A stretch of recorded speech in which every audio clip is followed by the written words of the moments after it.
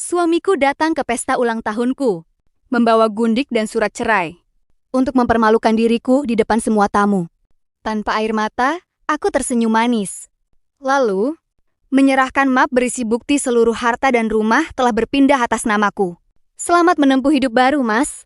Sebelum kita masuk ke inti ceritanya, kalau ini adalah kali pertama kalian mampir di channel ini, yuk dukung terus channel ini dengan menekan tombol suka dan berlangganan, supaya kita bisa terus berbagi cerita-cerita menarik lainnya.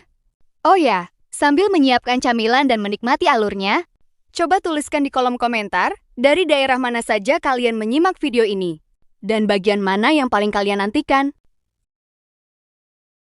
Hujan mengguyur Jakarta sejak sore, membuat macet semakin parah di jalanan.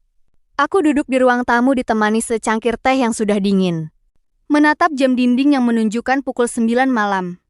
Arya belum pulang lagi. Sebenarnya ini sudah biasa. 10 tahun menikah, aku hafal betul pola hidup suamiku. Awal-awal pernikahan dulu, ia selalu berusaha pulang cepat. Bahkan kadang membawakan jajanan kesukaanku. Martabak, manis atau tahu bulat yang dijual di pinggir jalan dekat kantornya. Dulu aku adalah alasan ia buru-buru pulang. Sekarang, aku lebih sering makan malam sendiri. Endoro, bapak telepon tadi bilang lembur lagi. Lapor Mbok Darmi, asisten rumah tangga yang sudah 10 tahun bekerja padaku. Ia baru saja selesai merapikan dapur. Katanya jangan ditungguin. Aku mengangguk pelan. Iya, Mbok, bapak memang sibuk akhir-akhir ini. Mbok Darmi memandangku dengan tatapan yang sulit. Kujelaskan, antara iba dan ingin berkata sesuatu, tapi urung. Ia hanya menghela napas lalu pamit masuk ke kamarnya di belakang rumah. Aku kembali menatap jam. 9 lewat. Sebenarnya, aku sudah mulai curiga sejak 3 bulan lalu. Saat itu, Arya mulai sering membawa pekerjaan ke rumah. Sesuatu yang tidak pernah ia lakukan sebelumnya. Ia duduk di ruang kerjanya, terkadang hingga larut malam dengan laptop dan tumpukan dokumen. Sesekali ku dengar ia tertawa kecil, berbicara dengan nada lembut. Kupikir ia sedang menelepon klien penting. Sampai suatu malam, aku masuk ke ruang kerjanya untuk mengantarkan kopi. Ia terkejut, buru-buru mematikan layar ponselnya. Kopi, Mas, kataku sambil meletakkan cangkir di meja. Makasih sayang, ia tersenyum. Tapi senyum itu tak sampai ke mata. Aku tahu, karena 10 tahun aku membaca setiap perubahan di wajahnya. Telepon sama klien? Tanyaku santai. Iya, klien baru. Susah diatur, jawabnya cepat, terlalu cepat. Aku hanya mengangguk lalu keluar. Tapi sejak malam itu, antenaku naik. Ada yang tidak beres. Aku mulai memperhatikan hal-hal kecil. Ponsel yang selalu ia bawa kemana-mana. Bahkan ke kamar mandi. Password yang tiba-tiba diganti tanpa sepengetahuanku. Aroma parfum asing di bajunya, bukan parfum yang biasa ia pakai. Dan yang paling mencolok, ia mulai memperhatikan penampilannya. Diet, olahraga, beli baju baru. Di usia yang tidak lagi muda, tiba-tiba Arya jadi peduli dengan bentuk tubuhnya. Awalnya aku berpikir mungkin ini midlife crisis. Laki-laki parubaya yang ingin terlihat muda lagi. Tapi firasatku berkata lain. 2 minggu setelah kejadian di ruang kerjanya, aku memutuskan untuk mencari tahu sendiri. Bukan dengan menginterogasinya. Aku sudah belajar bahwa laki-laki yang berselingkuh akan semakin pandai berbohong jika ditekan. Aku memilih cara yang lebih cerdas. Aku mulai mengecek struk kartu kredit yang ia tinggalkan di laci nakas. Temuan pertamaku. Tagihan restoran mahal di daerah. Menteng untuk 2 orang pada jam makan malam di hari-hari di mana ia bilang lembur. Temuan kedua. Pembelian perhiasan di butik terkenal. Aku tidak pernah menerima perhiasan apapun darinya belakangan ini. Temuan ketiga yang paling menyakitkan. Tiket bioskop untuk 2 orang untuk film romantis, yang jelas-jelas bukan tipe film kesukaannya. Dada rasanya sesak, tapi aku tidak menangis. Sudah lewat masanya aku menangis untuk laki-laki yang diam-diam mengkhianatiku. Sebagai gantinya, aku mulai merencanakan sesuatu. Puncak kecurigaanku terjadi semalam. Saat aku iseng membuka laptop yang tertinggal di ruang tamu. Arya sedang mandi. Dan entah kenapa ia lupa logout dari aplikasi perpesanan di laptopnya. Aku tahu ini tidak etis, tapi instingku sudah menjerit terlalu keras untuk diabaikan. Dan di sana, di layar laptop itu, terbuka percakapan dengan kontak bernama Siska. Kangen banget sama kamu, Mas. Kapan kita bisa ketemu lagi? Sabtu ini suamiku ada dinas luar kota. Kita bisa seharian. Suamiku? Perempuan itu menyebut Arya suaminya. Berarti perempuan itu sudah menikah. Aku membaca seluruh percakapan itu. Ternyata ini sudah berlangsung selama 5 bulan. Mereka bertemu hampir setiap minggu di hotel-hotel berbeda. Siska adalah sekretaris di kantor Arya. Beberapa kali ia datang ke rumah untuk urusan kantor. Dan aku selalu menyambutnya dengan ramah, menyuguhkan teh dan kue. Dulu aku pernah bilang pada Arya, "Sekretaris kamu cantik ya, Mas?" Arya menjawab, "Biasa aja, gak secantik kamu." Bohong. Semua bohong. Aku menutup laptop dengan tangan sedikit gemetar. Bukan karena sedih, tapi karena marah. Marah pada diriku sendiri yang terlalu percaya. Marah pada Arya yang tega mengkhianati 10 tahun pernikahan. Dan marah pada perempuan itu yang datang ke rumahku. Minum teh dariku, sambil diam-diam tidur dengan suamiku. Tapi marah tidak akan mengembalikan apapun. Marah hanya akan membuatku lemah. Aku menarik napas panjang, lalu berjalan menuju lemari arsip di ruang kerjaku. Di sana aku menyimpan semua dokumen penting pernikahan kami. Sertifikat rumah, sertifikat tanah, buku tabungan bersama, dan akta pendirian perusahaan di mana namaku tercantum sebagai komisaris. Aku menatap dokumen-dokumen itu satu persatu. Lalu tersenyum tipis di dalam gelapnya ruangan. Permainan baru saja dimulai, Arya, dan aku pastikan aku tidak akan kalah. Pagi itu aku bangun lebih awal dari biasanya. Arya masih terlelap di kamar dengan dengkuran halus yang sudah 10 tahun ini menemaniku tidur. Aku memandangnya sejenak dari ambang pintu. Wajahnya tenang, seperti tidak pernah melakukan kesalahan apapun. Dulu aku suka melihatnya tidur. Rasanya damai. Seolah semua masalah bisa selesai asal ia di sampingku. Sekarang, aku hanya merasa asing. Tanpa membuang waktu, aku mengambil ponsel dan berjalan ke ruang kerjaku. Ruangan kecil di pojok rumah inilah tempatku menyimpan segala rahasia yang tidak pernah diketahui. Arya, aku memutar nomor yang sudah kusimpan sejak lama. Nomor Manda, teman SME-ku yang kini bekerja sebagai pengacara. "Halo, Ma, ada waktu ketemu?" Tanyaku begitu suaranya terdengar di seberang. Put, lama nggak dengar. "Ada apa? Suaramu kok beda?" Tanya Manda dengan nada ceria yang kontras dengan kegalauanku. "Aku butuh bantuan penting, Ma." Manda terdiam sejenak, mungkin menangkap ketegasan di nadaku. "Siap. Kapan? Di mana?" "Hari ini aku bisa ke kantormu. Nanti ku share lokasinya." Aku menutup telepon, lalu mandi dan berdandan rapi. Mengenakan kemeja putih dan celana bahan hitam, penampilanku tampak seperti orang yang ingin mengurus dokumen penting. Bukan seperti istri yang hendak mengurus perceraian. Saat berpamitan di meja makan, Arya masih setengah sadar. "Mau kemana pagi-pagi, Put?" Tanyanya dengan suara serak khas bangun tidur. "Mau urus arisan, Mas. Sarapan udah siap di meja ya." "Love you," kataku sambil tersenyum. Dua kata terakhir itu terasa pahit di lidahku. Tapi aku tetap harus bermain peran dengan sempurna. Kantor Manda berada di lantai 5 sebuah gedung di kawasan Tamrin. Begitu aku duduk di ruang kerjanya, Manda langsung menatapku lekat-lekat. "Put, kamu kurusan? Sakit?" "Bukan sakit, Ma." Helaan napas panjang lolos dari bibirku. "Lebih tepatnya, dikhianati." Manda mengernyit tajam. "Haris, jangan-jangan..." Aku mengangguk pelan. "Dia selingkuh. Sudah 5 bulan sama sekretarisnya sendiri." Manda mengusap wajahnya, lalu menatapku penuh iba. "Maafkan aku, Put. Kamu tahu dari mana?" 3 bulan lalu aku mulai curiga, dan semalam aku dapat buktinya. Aku mengeluarkan ponsel dan menunjukkan hasil tangkapan. Layar percakapan Arya dan Siska yang kudapat dari laptop semalam. Manda membaca dengan saksama. Matanya menyipit saat melihat penyebutan kata suami di sana. "Perempuan ini sudah menikah? Aku nggak tahu suaminya siapa. Yang jelas mereka sudah 5 bulan bermain di belakangku." Jawabku dingin. "Sadis kan?" Manda mengembalikan ponselku. "Terus, kamu maunya apa, Put? Mau dipertahankan atau..." Aku tertawa pahit. "Ma, kalau suami sudah sampai tahap mengajak selingkuhannya kencan tiap minggu, apa masih layak dipertahankan? Aku mau cerai, tapi aku nggak mau pergi dengan tangan kosong." Manda tersenyum tipis, sorot matanya menampakkan kebanggaan. "Nah, Itu baru Putri yang kukenal dulu waktu SMA.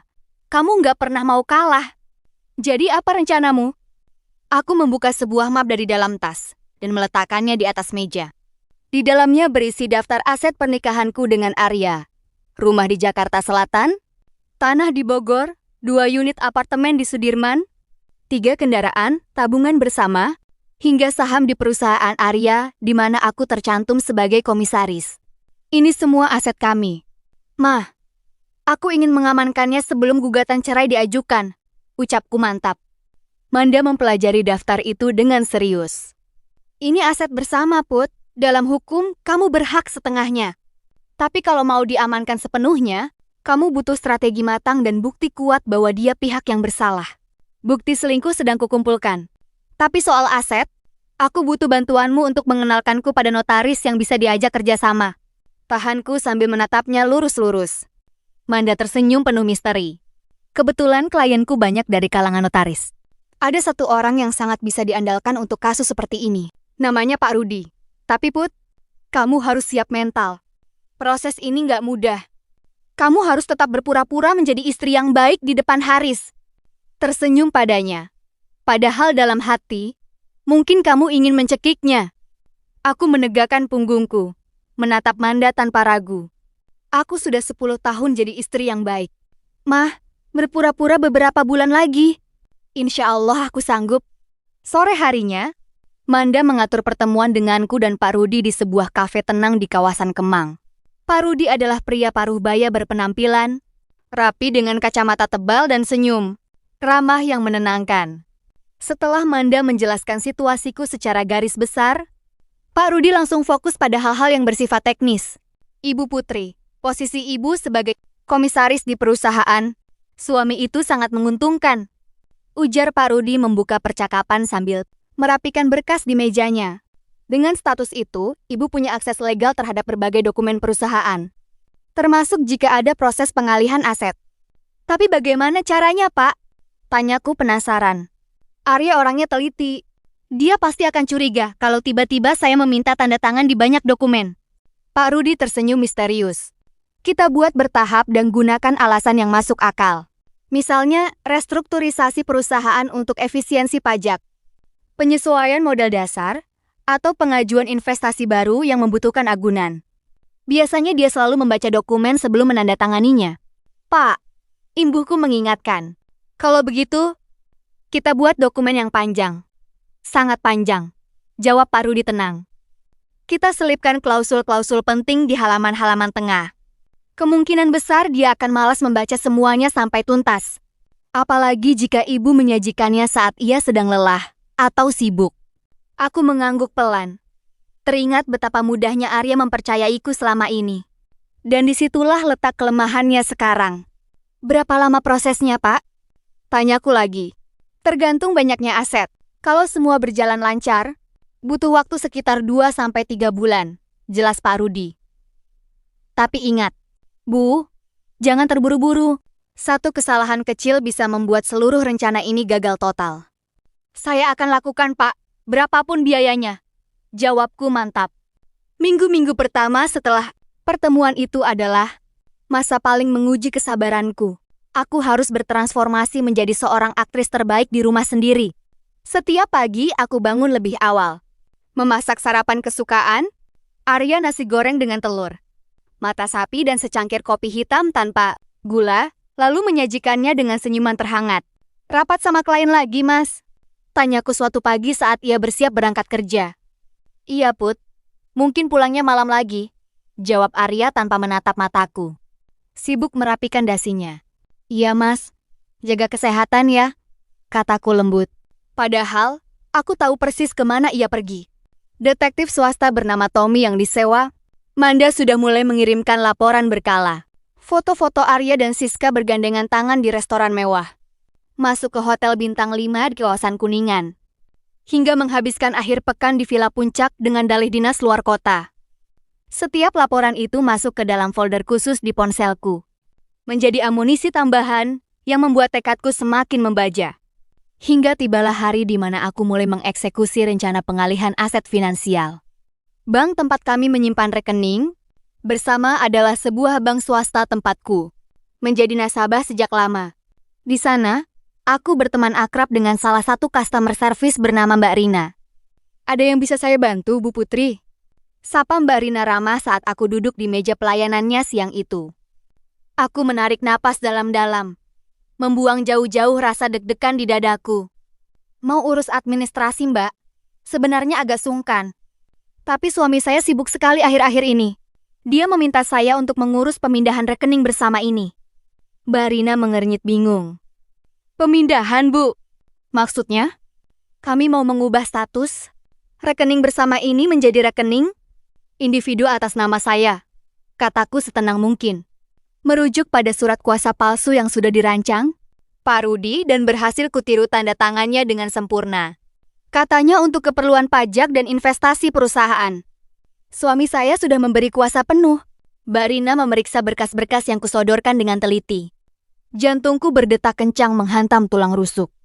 Ini adalah momen paling krusial. Ini surat kuasanya sudah ada, Bu, tapi biasanya untuk perubahan status rekening bersama, kedua belah pihak harus hadir langsung, kata Mbak Rina dengan nada ragu. Aku langsung memasang wajah memelas, sedikit mendramatisasi situasi. Iya Mbak, saya tahu betul.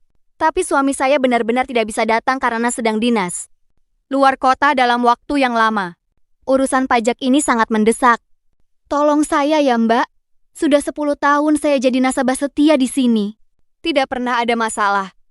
Mbak Rina terdiam cukup lama. Terjebak antara SOP perbankan dan rasa percayanya padaku. Akhirnya ia menghela napas panjang. Baiklah Bu Putri, saya bantu khusus untuk hari ini. Tapi lain kali, tolong sampaikan ke Bapak agar datang langsung ya. Terima kasih banyak Mbak, Tuhan memberkati. Ucapku penuh syukur.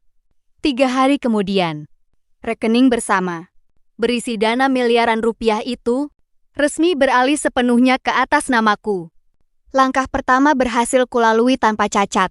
Dan ini baru permulaan dari runtuhnya singgasana kebohongan yang telah Arya bangun selama bertahun-tahun. Langkah pertama sudah berhasil. Kini target berikutnya adalah aset tidak bergerak, rumah yang kami tinggali. Rumah di kawasan Jakarta Selatan ini bukan sekadar bangunan megah, melainkan saksi bisu perjalanan 10 tahun pernikahan kami. Aku masih ingat betul saat pertama kali pindah ke sini. Arya menggendongku melewati pintu depan layaknya pengantin baru. Sekarang, di rumah yang sama, aku bersiap untuk mengambil alih hak sepenuhnya dan menyingkirkannya. Proses hukum untuk rumah ini tentu lebih rumit. Sesuai arahan Pak Rudi, kami menggunakan dokumen akta jual beli fiktif yang dibungkus rapi di dalam tumpukan berkas perusahaan. Hari penentuan itu tiba pada sebuah siang di kantor notaris Pak Hendra. Selamat pagi Pak Arya, Bu Putri. Silakan duduk, sambut. Pak Hendra ramah di ruang kerjanya yang dipenuhi tumpukan berkas tebal setinggi hampir 20 cm. Arya menghela napas malas sambil melirik tumpukan dokumen tersebut. Wah, banyak sekali Pak. Urusan apa lagi ini? Ini semua dokumen restrukturisasi perusahaan. Pak, jawab Pak Hendra dengan tenang tanpa sedikit pun menunjukkan kepanikan. Karena Ibu Putri adalah komisaris, beberapa dokumen memang harus ditandatangani bersama. Tapi demi efisiensi waktu, Bapak, silakan tanda tangani di halaman terakhir setiap bundel yang sudah saya beri tanda, sticky notes kuning. Aku berdiri di samping Arya, menahan debaran di dada sambil memperhatikan gerak-geriknya. Arya mengangguk patuh, meraih pulpen, lalu mulai membuka satu persatu bundel dokumen tersebut. Ia menandatanganinya tanpa membaca detail isinya. Hanya bertanya sesekali pada istilah hukum rumit yang langsung dijawab lancar oleh Pak Hendra untuk mengalihkan perhatiannya. Sampai di bundel kelima, dokumen akta jual beli rumah kami terselip dengan rapi. Arya membuka halaman terakhir yang telah ditandai, melihatnya sekilas. Lalu membubuhkan tanda tangannya begitu saja, tanpa curiga sedikit pun. Selesai. Semudah itu. Setelah urusan di kantor notaris rampung, kami sempat pergi makan siang di sebuah restoran mewah di kawasan Senopati untuk menjaga sandiwara ini. Arya bahkan sempat mengangkat gelasnya, bersulang untukku, dan memuji diriku sebagai istri terbaik. Aku tersenyum tipis, membalas tatapannya sambil membatin dalam hati. Nikmati saja kemenangan semu ini. Mas, Karena sebentar lagi, kau tidak akan punya apa-apa. Tidak berhenti sampai di situ, pergerakanku berlanjut ke tanah warisan di Bogor dan 2 unit apartemen investasi di Sudirman. Kali ini karena tidak mungkin membawa Arya ke notaris lagi, aku menggunakan sistem jemput bola yang dirancang Pak Rudi. Dengan berbagai alasan formalitas seperti perpanjangan sertifikat karena aturan, agraria hingga penyesuaian pajak investasi asing. Aku berhasil mendapatkan tanda tangan Arya satu persatu di rumah. Ada yang kuberikan saat ia asyik menonton sepak bola, ada pula saat ia sibuk menatap layar ponselnya. Kuakui pasti sedang bertukar pesan dengan Siska. Dalam waktu kurang dari 2 bulan, seluruh aset penting berupa rumah, tanah, apartemen, hingga 2 kendaraan mewah jenis Alphard dan BMW berhasil berpindah nama ke atasku. Bahkan dengan sedikit kelicikan dan bantuan informasi dari Tommy, aku berhasil mengakses tabungan pribadi Arya yang selama ini disembunyikannya dariku. Kini, di hadapanku, map biru berisi rekapitulasi. Seluruh aset bernilai belasan miliar rupiah itu tersusun sangat rapi. Meskipun semua rencana berjalan mulus, minggu-minggu menjelang hari ulang tahunku tetap menjadi masa paling melelahkan secara mental. Setiap pagi aku harus tetap memasak nasi goreng kesukaannya, menyambut kepulangannya dengan senyuman hangat, dan mendengar cerita bohong tentang rapat kantor yang melelahkan. Ironisnya, Arya sendiri mulai menunjukkan gelagat panik di hari-hari terakhir menjelang ulang tahunku. Ia sempat mendapati dokumen sertifikat rumah di ruang kerjanya hilang, dan mondar-mandir kebingungan mencari keberadaannya. Mengira dokumen itu hanya terselip atau dipindahkan oleh asisten rumah tangga. Put, kamu yakin nggak lihat map hijau berisi dokumen penting di ruang kerja? Tanya Arya suatu malam dengan wajah pucat. Aku menggeleng pelan, memasang ekspresi polos terbaikku. Nggak lihat, Mas. Mungkin Mas sendiri yang lupa menaruhnya di tempat lain. Ia mengusap wajahnya dengan kasar. Tidak tahu bahwa seluruh dokumen itu sudah tersimpan aman di safe deposit box bank lain. Hingga tibalah hari yang dinanti-nantikan. Hari ulang tahunku yang ke-32. Pagi itu, rumah sudah mulai dihias meriah oleh para pekerja dekorasi pesananku. Tamu-tamu undangan, termasuk keluarga besar dari luar kota dan ibu mertuaku yang datang dari Bandung, mulai berdatangan memenuhi ruang tamu sejak sore hari. Pukul 4 sore, mobil hitam Arya akhirnya tiba di halaman depan. Pintu terbuka, dan ia melangkah keluar mengenakan kemeja rapi. Namun yang membuat seluruh tamu tertegun dan berbisik-bisik tajam adalah sosok wanita yang turun dari sisi sebaliknya, Siska. Datang dengan mengenakan gaun merah menyala yang sangat mencolok. Sengaja bergaya seolah ia adalah nyonya rumah yang baru. Aku menarik napas panjang, merapikan kebaya biru langit yang membalut tubuhku. Lalu melangkah menyambut mereka dengan senyuman paling anggun di wajahku. Panggung sandiwara ini akhirnya mencapai babak akhir. Jantungku berdegup kencang, namun senyuman di wajahku sama sekali tidak goyah. Aku melangkah mendekati mereka. Sementara suasana ruang tamu yang tadinya ramai mendadak sunyi senyap. Ibu mertuaku yang duduk di kursi depan langsung berdiri. Wajahnya pucat pasi menatap Siska dengan amarah yang tertahan. Arya, apa-apaan ini? Suara ibu mertuaku bergetar hebat, menunjuk ke arah wanita di samping anaknya. Siapa perempuan ini? Beraninya kamu bawa dia ke rumah Putri di hari ulang tahunnya? Alih-alih merasa bersalah, Arya justru mendengus meremehkan. Ia melepaskan jasnya dengan santai. Lalu merangkul pinggang Siska di hadapan puluhan tamu undangan. Mah, sudahlah. Mumpung semua keluarga dan tamu penting berkumpul di sini. Ada baiknya Arya bicara jujur. Ucap Arya dengan suara lantang tanpa sedikit pun rasa malu. Ia menoleh tajam kepadaku. Lalu melempar sebuah amplop coklat tebal tepat di atas meja saji di hadapanku. Putri, 10 tahun kita menikah. Rasanya sudah cukup. Aku sudah tidak tahan hidup dengan wanita dingin sepertimu. Ini surat gugatan cerai. Tanda tangani sekarang juga. Dan silakan kemasi barang-barangmu dari rumah ini. Bentak Arya, sengaja mempermalukanku di depan semua orang agar aku jatuh mental. Siska tersenyum sinis, berdiri di samping Arya dengan angkuh layaknya seorang nyonya besar yang baru. Bisik-bisik riuh langsung bergema di seluruh ruangan. Saudara-saudaraku mulai bangkit dari kursi dengan kemarahan yang meluap-luap. siap melabrak lelaki tidak tahu diuntung itu. Namun, aku mengangkat satu tangan untuk menenangkan mereka. Alih-alih menangis histeris atau meratap seperti dugaannya, aku justru tertawa kecil. Perlahan aku membungkuk, mengambil amplop coklat berisi surat cerai itu. Lalu membuka tas tangan di sebelahku. Aku mengeluarkan sebuah map biru tua yang sudah kupersiapkan sejak jauh-jauh hari. Aku melangkah maju, berdiri tepat di hadapan Arya dan Siska yang mulai mengernyit kebingungan melihat reaksiku, yang sama sekali di luar prediksi. "Kamu tertawa, Put? Sudah gila ya?" cibir Arya risih. Aku tersenyum manis, sangat manis, menatap mata suamiku yang mulai dilanda rasa tidak enak. Dengan anggun, aku membuka map biru tersebut dan menyerahkan selembar kertas sah berstempel hukum langsung ke tangannya. "Terima kasih untuk surat cerainya, Mas," ucapku dengan suara jernih yang menggema ke seluruh ruangan. "Tapi sebelum kamu menyuruhku pergi, ada baiknya kamu baca kertas ini dulu." Arya merebut kertas itu dengan kasar, matanya memindai tulisan di atasnya. Seketika itu juga, warna di wajahnya memudar hingga sepucat mayat. Napasnya tercekat, tangannya bergetar hebat hingga kertas di tangannya hampir lepas.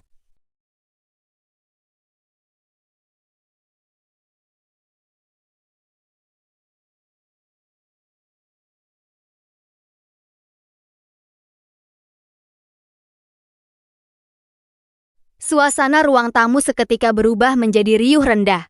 Ibu mertuaku merebut kertas dari tangan Arya yang sudah lemas terduduk, lalu membaca isi dokumen tersebut dengan mata terbelalak. Begitu tahu apa yang sebenarnya terjadi, ibu langsung melayangkan tamparan keras ke pipi Arya hingga kepalanya terpental ke samping. "Anak kurang ajar! Berani-beraninya kamu mengkhianati istri sebaik Putri dan membawa perempuan murahan ke rumah ini," bentak ibu mertuaku dengan napas memburu. Nyaris pingsan kalau tidak segera ditopang oleh saudaraku. Siska yang tadinya berdiri dengan penuh keangkuhan langsung panik. Ia mencoba menarik lengan Arya. "Mas, apa-apaan ini? Katanya rumah ini atas nama kamu. Katanya kita bakal kaya setelah dia disingkirkan," teriak Siska histeris. Wajahnya memerah menahan malu karena puluhan pasang mata kini menatapnya dengan jijik dan cemoohan. Arya menepis tangan Siska dengan kasar. Wajahnya pucat pasi menatapku penuh keputusasaan. Putri, jangan gila kamu. Ini pasti kerjasama bohong kan? Kita bisa bicarakan baik-baik sebagai suami istri." Suaranya bergetar hebat, nyaris menangis di hadapan semua orang yang tadinya ia harapkan menjadi saksi kehancuranku. Aku melangkah mundur selangkah, menjaga jarak dengan elegan sambil merapikan liputan kebaya biruku. "Suami istri, Mas. 10 tahun aku menjadi istri yang sabar, merawat rumah ini, dan percaya padamu. Tapi kamu membalasnya dengan tidur bersama sekretaris di belakangku setiap minggu. Kata baik-baik, sudah habis masa berlakunya sejak malam pertama kamu mengkhianatiku di hotel." Petugas keamanan kompleks perumahan, yang memang sudah kuingatkan sebelumnya, atas permintaan Pak Rudi, mendadak masuk bersama 2 orang, polisi dan ketua RT setempat. Mereka datang membawa surat, perintah pengosongan dan laporan audit perusahaan yang membuktikan keterlibatan Arya dalam penggelapan dana kantor untuk membiayai gaya hidup Siska. "Pak Arya dan saudari Siska, kalian diminta ikut ke kantor polisi untuk dimintai keterangan atas laporan dugaan penggelapan dana perusahaan dan penipuan administratif," tegas petugas polisi sambil menunjukkan surat tugas resmi. Siska langsung menjerit histeris menolak. Sementara Arya terduduk di lantai, menangis menanggung malu di hadapan keluarga besar dan para tamu undangan yang kini bertepuk tangan sinis menyaksikan akhir dari drama kebohongannya. Aku hanya berdiri diam di tengah ruangan, memegang map biru berisi seluruh hak milikku. Tidak ada air mata, tidak ada kemarahan yang meledak-ledak. Yang ada hanyalah kelegaan yang luar biasa. Beberapa minggu setelah hari itu, proses perceraian kami dikabulkan secara fair stake karena Arya tidak mampu menyewa pengacara dan tidak memiliki harta lagi untuk dibela. Perusahaannya runtuh akibat audit yang membongkar ulahnya sendiri. Dan Siska meninggalkannya begitu saja begitu tahu pria itu jatuh miskin. Kini, berdiri di balkon rumah megah yang sepenuhnya menjadi milikku. Aku menikmati embusan angin sore dengan secangkir teh hangat di tangan. Lembaran masa lalu yang pahit telah resmi kututup rapat. Dan di hadapanku, terbentang masa depan baru yang tenang, mandiri, dan sepenuhnya kupegang kendalinya.